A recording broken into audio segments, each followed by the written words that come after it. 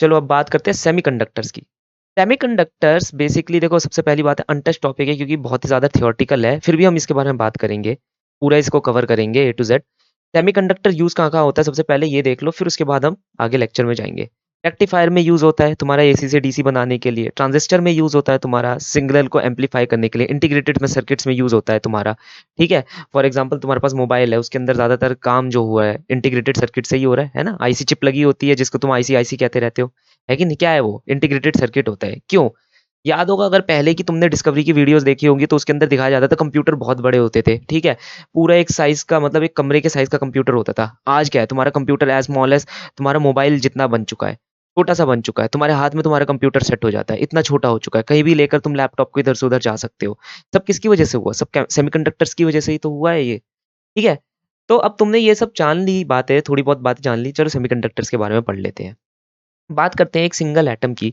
तुम्हें पता है कि पॉली एक्सक्लूजन प्रिंसिपल से मैंने ये पढ़ चुका हूँ कि एक सिंगल एटम में डिस्क्रीट एनर्जी लेवल्स होते हैं, ठीक है? अब अगर कई सारे इंडिविजुअल एटम्स एक साथ आ जाए तो वो सॉलिड बना देते हैं। अगर कई सारे इंडिविजुअल एटम्स एक साथ आ जाते हैं और वो सॉलिड बना देते हैं, तो डिस्क्रीट एनर्जी लेवल उनके पास ना रह के क्या बन जाती है? एनर्जी की रेंज आ जाती है उनके पास, जिसे हम एनर्जी बैंड्स कहते हैं, ठीक है? जिसे हम लेवल बैंड्स कहते हैं, ठीक है? तो क्यों? क्योंकि यहाँ पर सिर्फ़ एक एटम अपनी एनर्जी नहीं दिखा रहा, तो एक एटम की डिस्क्रीट एनर्जी लेवल होती है, अगर उसके साथ एक और एटम आ जाए, तो उसकी एनर्जी के साथ उसकी एनर्जी भी प्लस हो जाएगी, फिर एक और एटम आ जाए, तो उन दोनों की एनर्जी के साथ उन दोनों की एनर्जी भी प्लस हो जाएगी, तो सबकी एनर्जी प्लस होती रहेगी। तो इंस्टेड ऑफ तुम्हारे पास एक एनर्जी लेवल रहने के बजाय, कई सारी एनर्जी लेवल का एक पूरा बैंड बनकर आ जाता है, ठीक है? फॉर एग्ज़ाम्पल जैसे तुम हो, तुम बाहर जाते हो और कोई लड़का तुम्हारे ऊपर बुली कर रहा है, तो तुम जानते हो तुम्हारी एनर्जी लेवल उस इंडिविजुअल लड़के की एनर्जी लेवल से कम है, ठीक है? तो वो तुम्हें आराम से मारकर जा सकता है। अब तुम अगर अपने बड़े भैया को साथ लेकर जाते हो, तो तुम्हें पता है कि तुम्हारे बड़े भैया की एनर्जी लेवल तुमसे भी ज़्यादा है, उस लड़के से भी ज़्यादा है।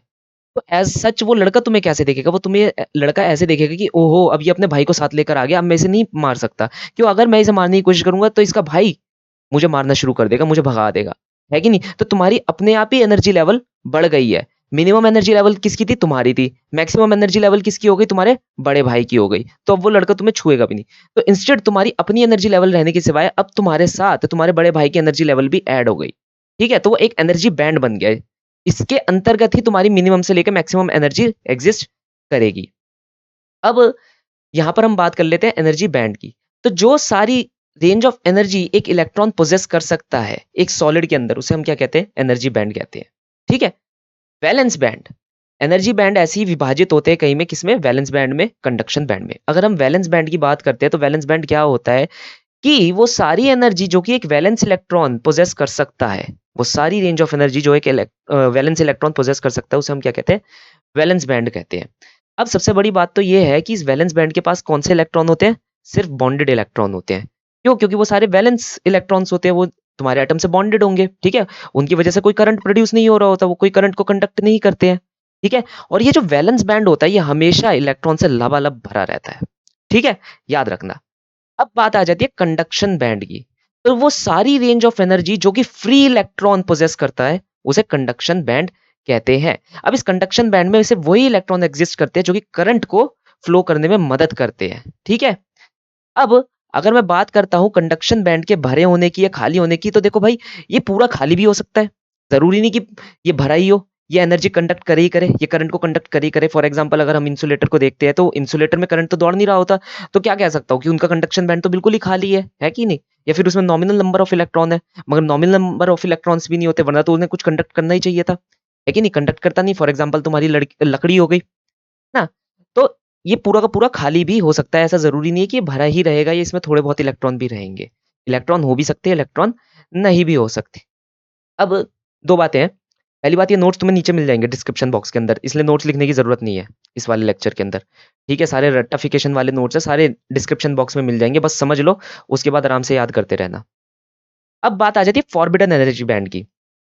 फॉरबिडन एनर्जी गैप क्या होता है? ये डिफरेंस होता है इन बिटवीन कंडक्शन बैंड और in between valence band. For example जैसे ये खाई हो गई 2 ज़मीन के बीच में, तो तुम यहाँ पर खड़े हो, ये तुम्हारी ज़मीन नंबर 1 है, ये तुम्हारी कंट्री नंबर 1 है, ये कंट्री नंबर 2 है, ये बीच का बॉर्डर हो गया। तुम्हें अगर इस कंट्री से इस कंट्री में जाना है, तो तुम्हें इस खाई को जंप करके जाना पड़ेगा। बेसिकली इसे क्या कहता हूँ मैं? फॉरबिडन एनर्जी गैप कहता हूँ। ठीक है? अब ये जो फॉरबिडन एनर्जी गैप है, इसकी जो विड्थ होती है, ये डिपेंड करती है नेचर ऑफ सब्सटेंस पे। जैसा तुम्हारा सब्सटेंस होगा, फॉर एग्जांपल तुम्हें पता है लकड़ी कभी कंडक्ट नहीं करने वाली, है कि नहीं? जब वो कंडक्ट ही नहीं करने वाली तो सोचो उसका कितना बड़ा एनर्जी गैप होगा, क्योंकि यहाँ से इलेक्ट्रॉन यहाँ पर जा नहीं सकता। अगर वो इलेक्ट्रॉन यहाँ से यहाँ जा ही नहीं सकता तो वो जो करंट होता है उसे कंडक्ट करने में कोई हेल्प ही नहीं कर सकता, है कि नहीं? करंट आएगा ही नहीं पूरे सिस्टम के अंदर। तो उसका एनर्जी गैप कितना ज़्यादा होता है। और अगर तुम लोहे को ले लो और एकदम से लोहे को बिजली के खंभे पर लगाने की कोशिश करो, एकदम से करंट आ जाएगा तुम्हारे ऊपर, है कि नहीं? तो तुम्हें पता है कि वहाँ पर एनर्जी गैप क्या होगा, या तो बहुत कम होगा या ओवरलैपिंग होगा, है कि नहीं? बहुत कम एनर्जी गैप होगा, ठीक है?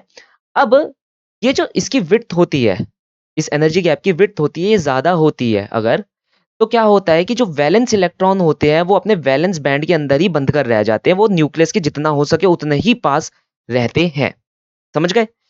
दूसरी बात, जो इस एनर्जी ये फॉरबिडन एनर्जी गैप होता है, इसे हम इलेक्ट्रॉन वोल्ट में स्टैंडर्ड तरीके से रिप्रेजेंट करते हैं। फिर अगर मैं टेम्परेचर थोड़ा-थोड़ा बढ़ाता भी हूँ, तो ये जो एनर्जी फॉरबिडन एनर्जी गैप होता है, ये बहुत कम ही डिक्रीज़ होता है। ज़्यादा डिक्रीज़ नहीं होता, बहुत कम लेवल पर ये डिक्रीज़ होता है। फॉर एग्ज़ाम्पल टेम्परेचर बढ़ाते रहो और कोशिश करना कि लकड़ी से तुम्हारी जो करंट है वो पास हो सके, नहीं होने वाला, है कि नहीं? तो इससे पता चलता है कि ये जो फॉरबिडन एनर्जी गैप होता है, टेम्परेचर के बढ़ाने पर बहुत कम डिक्रीज़ होता है। ठीक है? अब on the basis of electrical conductivity और एनर्जी बैंड्स के बेसिस पर मैंने अपने सॉलिड को 3 भागों में विभाजित कर लिया है। क्या है वो 3 भाग? कंडक्टर, सेमीकंडक्टर और इंसुलेटर। ठीक है? जैसे एक क्लास के अंदर एक बंदा टॉपर होता है, वो हमारा कंडक्टर होता है। एक बंदा बिल्कुल जो कम नंबर ला रहा होता है, फेल कैटेगरी के नंबर ला रहा होता है, वो इंसुलेटर होता है। ठीक है? और एक बंदा वो होता है जो इन दोनों के बीच के नंबर ला रहा होता है, जिसे हम एवरेज स्टूडेंट कहते हैं, तो वो सेमीकंडक्टर होता है। ठीक है? तो उसी तरह मैंने अपने सॉलिड को 3 भागों में विभाजित कर लिया, कंडक्टर, सेमीकंडक्टर और इंसुलेटर। अब अगर मैं इन तीनों की बात करूँ तो मुझे पता है कि करंट इलेक्ट्रिसिटी से मैंने 100 बार पढ़ रखा है कि एक कंडक्टर वो होता है जिसकी रेजिस्टिविटी सबसे कम होती है। एक इंसुलेटर वो होता है जिसकी रेजिस्टिविटी सबसे ज़्यादा होती है। क्यों? क्योंकि वो पास ही नहीं होने देता करंट को। ठीक है? और एक सेमीकंडक्टर कौन होगा? जो इन दोनों के बीच काम करेगा, तभी तो उसका नाम दिया गया सेमीकंडक्टर, आधा कंडक्टर। ठीक है? कंडक्टिविटी की बात करी जाए तो सबसे ज़्यादा कंडक्टिविटी किसकी होगी? कंडक्टर की होगी, ऑब्वियस बात है। तभी तो उसे कंडक्टर कहा जाता है, नाम भी देखो सेम सेम है, कंडक्ट, कंडक्ट, है कि नहीं? तो सबसे ज़्यादा कंडक्टिविटी किसकी हुई? कंडक्टर की। सबसे कम किसकी हुई? इंसुलेटर की, क्योंकि करंट ही पास नहीं होने देता। फिर बीच में किसकी आ जाएगी? सेमीकंडक्टर की आ जाएगी। अब अगर मैं बात करूँ अल्फ़ा की, टेम्परेचर कोएफ़िशिएंट की बात करूँ, तो मुझे पता है कि जैसे-जैसे मैं टेम्परेचर बढ़ाता रहता हूँ, मेरा रेज़िस्टेंस बढ़ता रहता है। किसके अंदर? लोहे की वायर्स के अंदर। पढ़ाया था ये करंट इलेक्ट्रिसिटी के अंदर बार-बार। तो इससे मुझे ये पता चला कि जो अल्फ़ा की वैल्यू है कंडक्टर्स के लिए, वो हमेशा पॉज़िटिव रहनी चाहिए। लेकिन सेमीकंडक्टर और इंसुलेटर के लिए अल्फ़ा की वैल्यू नेगेटिव होती है। इसका मतलब है जैसे-जैसे मैं टेम्परेचर बढ़ाता हूँ, मेरा रेज़िस्टेंस कम होता रहता है। ठीक है? अब अगर मैं करंट की बात करता हूँ कंडक्टर्स के अंदर, तो यहाँ फ्री इलेक्ट्रॉन्स की वजह से करंट होता है। सेमीकंडक्टर के अंदर इलेक्ट्रॉन्स और होल्स नाम के 2 जने होते हैं जो कि करंट को कंडक्ट कर रहे होते हैं। इंसुलेटर के अंदर कोई भी करंट कंडक्ट नहीं हो सकता। ठीक है? अब अगर मैं एनर्जी बैंड डायग्राम की बात करता हूँ, तो यहाँ पर जो हमारा कंडक्टर होता है उसमें ओवरलैपिंग एनर्जी बैंड होता है। देख रहे हो? तभी तो एकदम से करंट कंडक्ट हो जाता है उसके अंदर। सेमीकंडक्टर के अंदर एनर्जी बैंड बहुत छोटा होता है, 1 इलेक्ट्रॉन वोल्ट के ऑर्डर के हिसाब से होता है।